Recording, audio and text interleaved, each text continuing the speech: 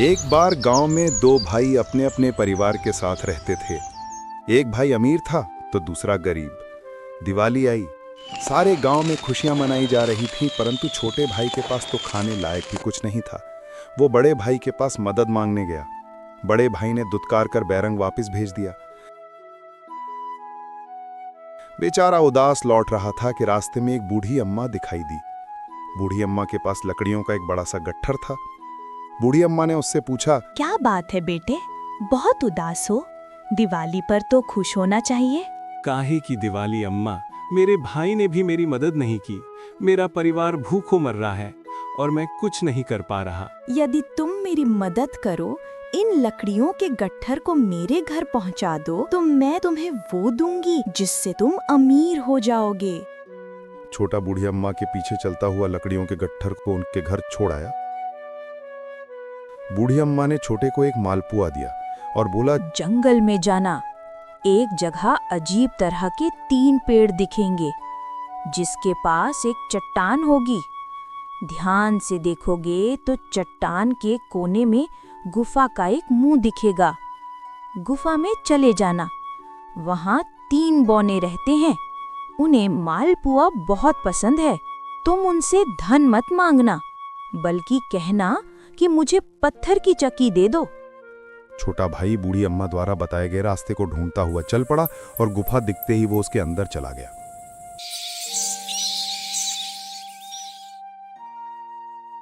उसके हाथ में मालपुआ देखकर एक बोना बोला, ये मुझे दे दो, बदले में जो कहोगे दूंगा। छोटा बोला, मुझे बस अपनी पत्थर की चक्की दे दो। चक्की लेकर छोटा जैसे ही चलने लगा, बोना बोला, इसे मामूली चक्की मत समझना। इसे घुमाने पर तुम जो मांगोगे इसमें से मिलता रहेगा। इच्छा पूरी होने पर इस पर लाल कपड़ा डाल देना, सामान निकलना बंद हो जाएगा। चक्की लेकर छोटा भाई घर पहुंचा। पत्नी और बच्चे भूखे थे। यहाँ एक कपड़ा बिछाओ। कपड़ा बिछाकर चक्की उसके ऊपर एक किनारे रखकर छोटी ने चक्की चलाई और बोला, चक्की चक्की चावल निकाल। बस फिर क्या था, चावलों का ढेर लगना शुरू हो गया। लाल कपड़े से चक्की को ढककर छोटे ने फिर कपड़ा हटाया और दोबारा चक्की चलाकर बोला, चक्की चक्की दाल निकाल। ढेरों दाल निकलती रही। थोड़ी देर बाद छोटे ने चक्की को ढक दिया। दाल चावल बनाकर सबने अपना पेट भरा। रात सबने चैन की नींद ली। बचे हुए ढेरों चावल और दाल को लादकर छोटा अगले दिन बाजार में बेच आया।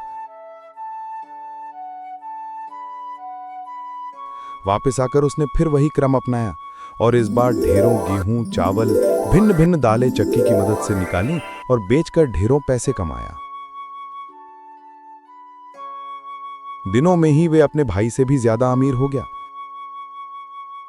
चक्की की मदद से कभी घी, कभी तेल, कभी नमक, कभी मसाले, कभी बादाम, कपास, जो चाहे उसे प्राप्त होता रहता था। बड़ा भाई उसकी खुशहाली से जलने लगा। कुछ दिन पहले तो ये भूखा था, अब मुझसे ज्यादा धनी कैसे हो गया? एक रात चुपचाप वो छोटे के घर में छुप गया। सारा भेद उसके आगे खुल गया। अगले दिन जब छोटा बाजार सामान बेचने गया था,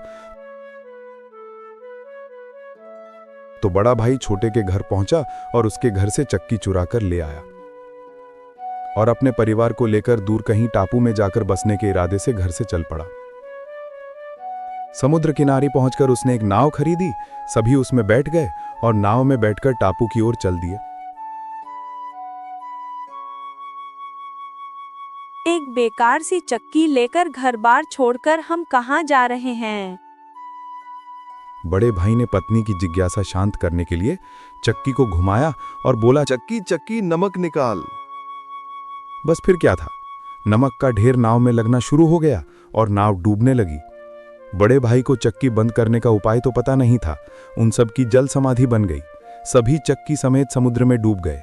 कहते हैं कि चक्की अब भी घूम ही रही है, तभी तो समुद्र का पानी खारा है। शिक्षा, लालच बुरी बला है।